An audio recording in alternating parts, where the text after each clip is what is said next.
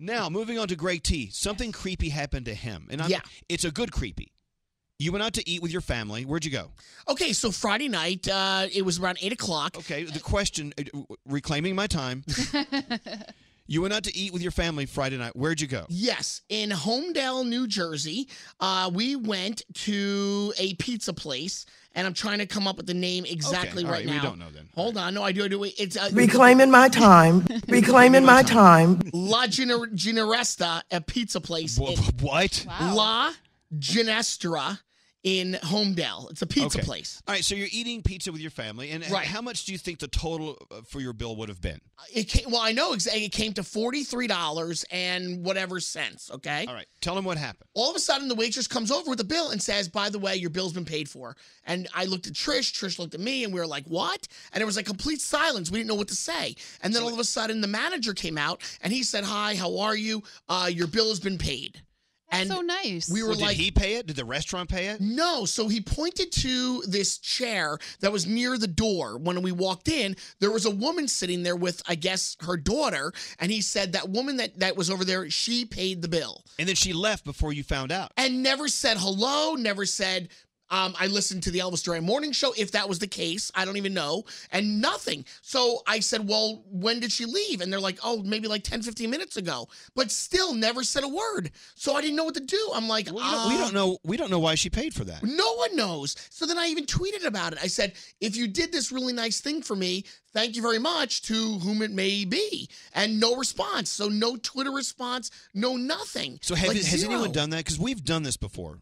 Where I was with a friend of mine in a restaurant, and there was this really cool older couple, and they were so in love with each other, and they actually got up and danced with each other to a song that was playing, and we paid for their dinner. Wow. And then we stayed, and we told the waiter, do not tell them we paid for it. So the waiter went over and said, someone paid for your dinner, and you saw them looking around, and they started looking at every table and started talking about everyone at every table, like, what if it was them? No, it wasn't. And they looked right at us, and they shook their heads, nah, those guys never would pay for our bill. Those guys look like a-holes. Yeah, they're a-holes. They would never pay for our bill. But it was fun to watch them, kind of squirm a little bit. It was kind of, I bet it must feel creepy to not know who or why they paid for your dinner. And then on top of it, so then I didn't know really what to do with the waiter. Like, do I give her a big tip? I said to Trish, I said, well, let's just, we got to pay the bill anyway. Why don't we just give the waitress the $43, as her tip? And then Trish was like, no, we can't do that because that's not even equivalent to, it was awkward. So we gave the waitress $20, but I didn't even know if that's a good tip. What do you do in that situation? But knowing Scary, he would want to stick around to get credit for paying for your dinner. What's the purpose of shelling out money for somebody if you're not going to stick around and say, hey, it was me. Yeah, it was like when we were hanging out at our pool party, iHeartRadio, and Nate and I we were hanging around, and Nate goes, I want to buy the boss over there some drinks. So he bought the whole table, Tom Pullman, his whole table shots, and then Nate looked up, and we looked up and cheers. Yeah. It was us. Yeah. Well, no, but the whole point is you're buying them dinner. You don't have to take credit for it. Is that the whole? So you're really not doing it for them. You're doing it for you. It's like a double-edged sword. You want to do something nice, but you want to make sure they know it's you. Yeah. It's like when you're at the cash register and you want to leave a tip. You always make sure they see you putting it in to the jar. Yeah. I would have loved to have met this woman. I would have loved to have said hello and thank you and all of that. I think it's sort of the same people who want credit for buying someone's meal are the people who, when they find a wallet, expect a tip from the person whose wallet they found. Depends on how much money's in there. If there's thousands of dollars, yes, I want something. No. Isn't it more fun? $12, no. Isn't it more fun to pay for someone's dinner and they not know who it is? You do it out of the kindness of your heart. No, that's like a ring and run. Isn't it more fun not to know how the magician does the magic trick? Isn't it more fun not to know what's in the box until your birthday when you can't open it? These are things that weird people out. Some people can't handle not knowing what's in the box. They want to open it now. They don't want to wait till their birthday. Some people have to know how the magician does the magic trick. No, just let it be magic. It's fun. See, I'd like someone to ruin the ending for me. Like, if people are talking about a TV show that I'm watching, it's okay for them to tell me, what happens next or how it all ends. And when I found a wallet maybe a couple of years ago, I expected a reward when I brought it to the door. Oh, man, that's messed up. I really did. No, you know what you did? In there, T? You took the wallet back and you did the right thing. You should not be you shouldn't expect a tip for doing the right thing. You should do the right thing every day in life. Yeah, but Elvis, if you find a wallet and it's got $100,000 in cash in it, you don't think they should give you something? No. That's if they want. That's their prerogative.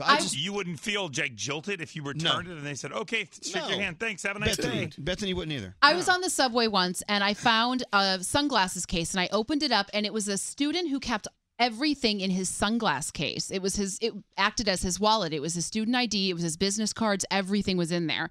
So I called him and I said, hey, I found your wallet on the subway. I met him at an area, gave him his wallet back.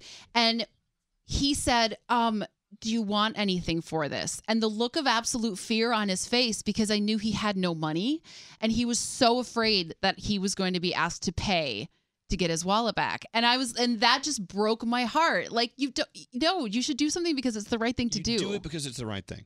Well, maybe in that case, they didn't have any money. But if you lost your wallet and there's $100,000 in it, you got money right break now. me off $100. Right, come on, Let me go man. talk to is this Anna on line 2 real quick. I think we have a second to talk to Anna. Hi, Anna. How are you?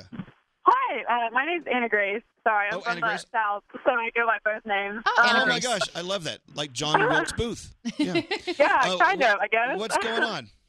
Well, I was just calling to say, like, there's this big church down in Alabama, and I know it sounds like church, whatever, but like their big motto is just to like love on people, and so like they've been doing this for like years and years, where they just like encourage people that go there to just like go and pay for people's meals, and like there's been lines of people that are just like, oh my gosh, I've gotten paid for it, so let me pay for the person behind them. And so like I've gotten blessed by that before, and it's like they give you this little card with basically says like, I hope your day's made better by this, and like Jesus loves you and stuff. So it's been a really cool awesome. a really cool way to like be the hands and feet and like just love on people and like take out the stuff, like, because people have made it to where it sounds so bad and so awful and like been like mean to people, but like really just showing people love. And really cool. Exactly. Do something good and don't expect something in return. You know what? Yeah. Well, That's the bottom line. But one more thing. Never, ever apologize for talking about your faith or